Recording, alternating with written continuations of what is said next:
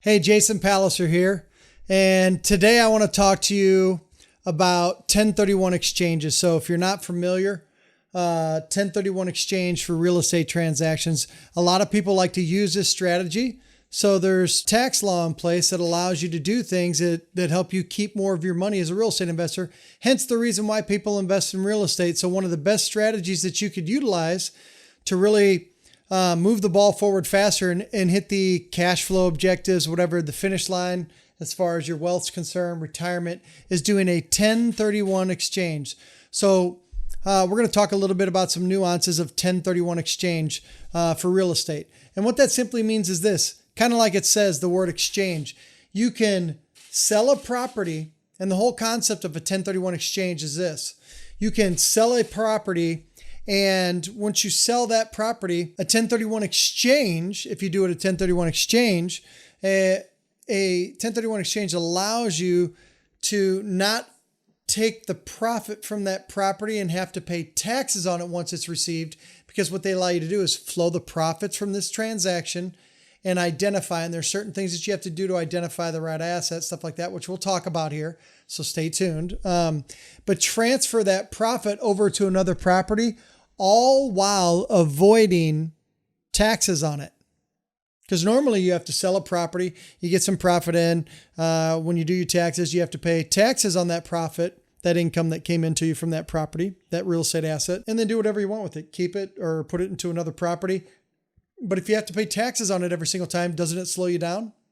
Doesn't have to, when you have to pay 10, 20, 30, 40% of your profit out to Uncle Sam, it makes it harder to get that next asset and get more equity and more cash flow, right? So what a 1031 exchange allows you to do, if you do it properly, is take all your profits and just flow it into another property and avoid paying 1 penny of tax altogether, which is pretty awesome, right?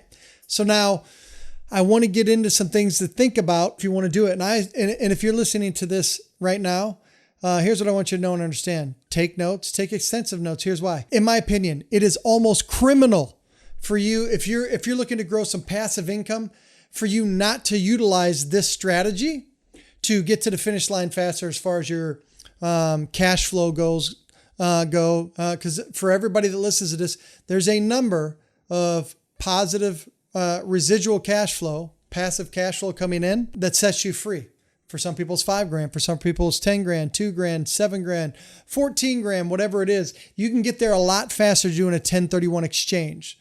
They're amazing. One of my best friends on planet Earth, his name's Greg, is a 1031 specialist, right? And so as I'm teaching you here, I learned from that man. Okay. So I'm giving him credit for that. Now, before I jump into some of the nuances, because if you mess this up, guess what? It could cost you financially, because now you're going to have to pay all the taxes on something that you didn't think that you were going to have to do by utilizing this strategy. So before we do that, don't forget to subscribe to the channel and hit the bell, so the next time that we drop some superior real estate investment knowledge, you get the notification immediately, because again, it's our goal to keep the ball pushing forward for you and turn you into a much, much sharper investor than your competition, right? So now let's talk about the 1031 exchange, okay? There are certain things that you need to do and do properly for a property to be considered for a 1031 exchange, and do this the right way. Because there is definitely a right way and a wrong way to do it. So pay attention. Number one, when you do a 1031 exchange, you have to set up ahead of time from an independent party, okay? An independent party, a 1031 exchange specialist. And again, if you can just put in the comments, and I can refer you over to my gentleman that I mentioned earlier, Gregory. And all you got to do is ask us, and we'll get you straight over to him. And if he doesn't serve your area, because he serves a large portion of the United States, he can put you in touch with the specialist that can set up your 1031 exchange right. So one of the first things you need to do is, for your area, find a 1031 exchange specialist that can set up the transaction for you and fill out all the right paperwork for you, so that you don't have a taxable event. The beauty of that is when you sell an asset and now you get to keep an extra 20 or 30 grand, do you see how much more equity you have in the next one? How much more cash flow you can now have? And imagine doing that 2 or 3 or 4 times, rolling it over. It's amazing. Okay. And if you stay tuned to the end, I'll give you a tip on even though you're supposed to pay taxes on it at the back end when you finally do sell an asset and you don't do a 1031, I can tell you how to get money out of it without having to pay taxes on it if you pay attention till the end. Having said that, identify a 1031 exchange specialist. You can also go to your local title company or title attorney, depending on what kind if you're a title company state or a title attorney state, and ask them if they have a 1031 specialist that they can recommend. They're going to set up the paperwork for you. Now, here's some rules of engagement. Okay, some rules of engagement. When you sell that particular property, you have a certain amount of time. You don't have an unlimited amount of time to have that money come in and then identify your next property. Typically, it's a 6-month window. Okay, so you have 6 months to close on that next transaction. And I think, don't quote me on this part, this is why I'll get you over to Greg. You have 60 days to identify that next asset, somewhere in that ballpark. And then you have 6 months to actually close on it, right? So you have to identify and put under contract the next property to flow that money into. And if you do a 1031 exchange and file the paperwork, then what you get to do, if all the paperwork's been done properly, you identify the property in the right amount of time. Okay, and then you close in the right amount of time frame, then they allow you to take that profit and flow 100% of that profit into the next asset, which means that next asset that you're walking into instantly has more equity in it because you didn't have to pay taxes, right? And it's going to have better cash flow. So do you see how you can speed up getting to the finish line faster by utilizing a 1031 exchange strategy? That's amazing, right? But you have to do it the right way, like I said. So there's time frames involved. You have to figure out the right paperwork to file. And so these are things that you need to be considering when you're looking to do a 1031 exchange. Now, another thing that you need to be aware of is that 99% of the time, and this is where people mess things up. Hey, Jason, I want to sell this single family property and I want to buy a 4-family. Hey, Jason, I'm going to sell this. I'm going to do a 1031 exchange and I'm going to get a lot of profit off of this house, this regular house, and I want to go buy a commercial property. 1031s, you'll hear this phrase come up time and time again. You can look it up later when you're done. It needs to be 99% of the time to qualify, so you don't have to pay taxes, right? As a 1031 exchange, it has to be a like kind exchange, meaning you sell a multifamily, you're buying another multifamily. You sell a single family, you're buying another. It needs to be a similar, a like kind exchange. Okay. And if you don't, then that might disqualify you for the 1031 exchange, which obviously would fall into what I call my uncool bucket. Because you know why? Uncle Sam's going to come knocking on the door. And trust me, they know where you live. Okay. Where's our 30 grand that you thought you were going to avoid? So some things to consider are that this needs to be a like kind exchange. Are there extenuating circumstances where you can flow it into a different type of asset? Yes, there are. And I certainly don't have time to go through all of those. But again, we can put you in touch with my good buddy Gregory. Whether he covers or serves your area or not, he can put you in touch with somebody that can. Some other things to take note on 1031, they're not that expensive. So imagine being able to avoid 20, 30, 40, 50 grand in taxes by doing a 1031 exchange the right way. And the people that could set it up for you might only cost you $500, $700, $1,000, $1,200, whatever it is, versus paying 20, 30, or 40, 50 grand. Totally worth it. So they're super inexpensive to do and set up. But again, it has to be done by somebody that knows what they're doing. File all the right paperwork. Now you're on the clock to identify the next asset and get it under contract, which I think is usually 60 days. And then you have 6 months to close on it. There are certain situations where those numbers can change a little bit, but by and large, that's mostly what you would do. And but this is a way to get more cash flow, more equity faster and get to the finish line without having to pay taxes. It's amazing.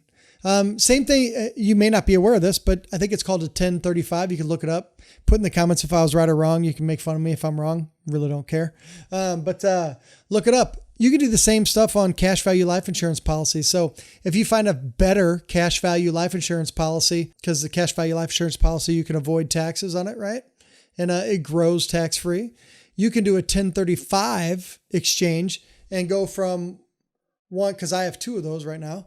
I can take, if I find a better vehicle for me as a cash value life insurance policy, I can do a 1035 exchange.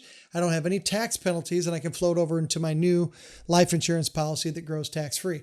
And so a 1031, folks, is just the same.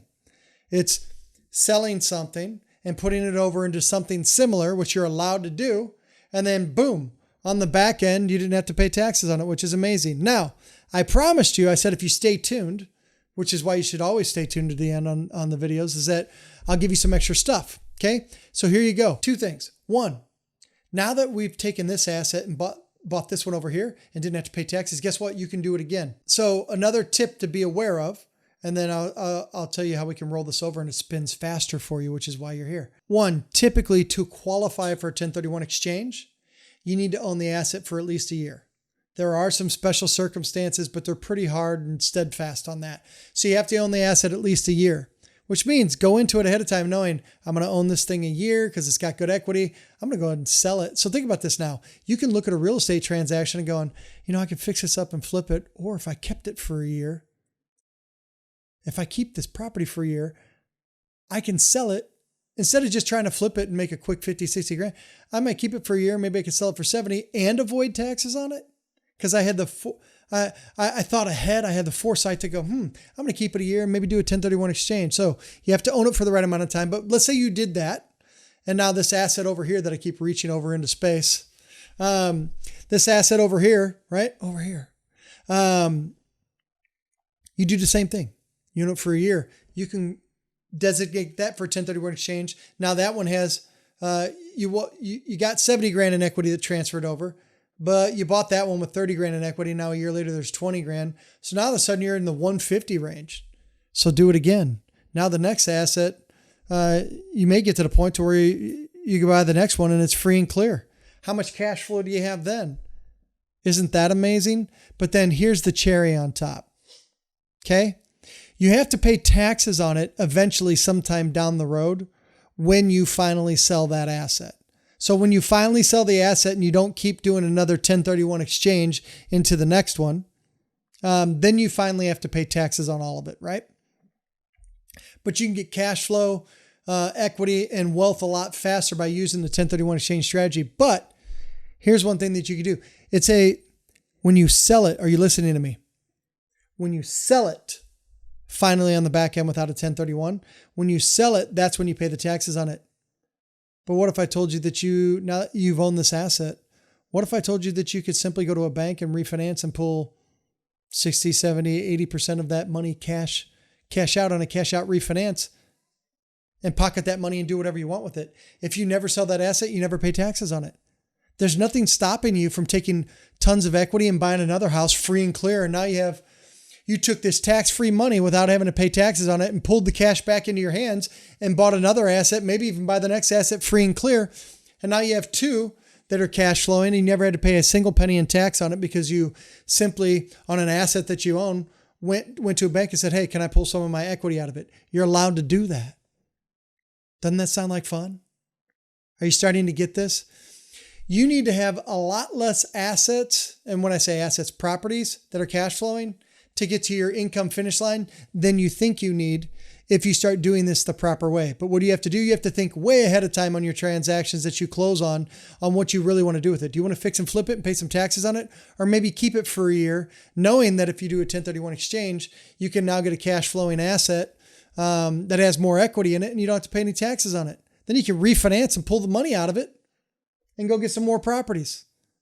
So hopefully you see that there's a much better way to do this and get to the finish line faster as far as cash flow and equity goes and still have access to your capital. I hope you enjoyed it. If you did, like, subscribe, hit the bell so that the next time we drop a video, it's instantly notified on your phone. We're here to help you win this game. And like I said, if you like the content, share it with everybody else. We're here to make you a better investor and take you to the next level. See you later. Bye.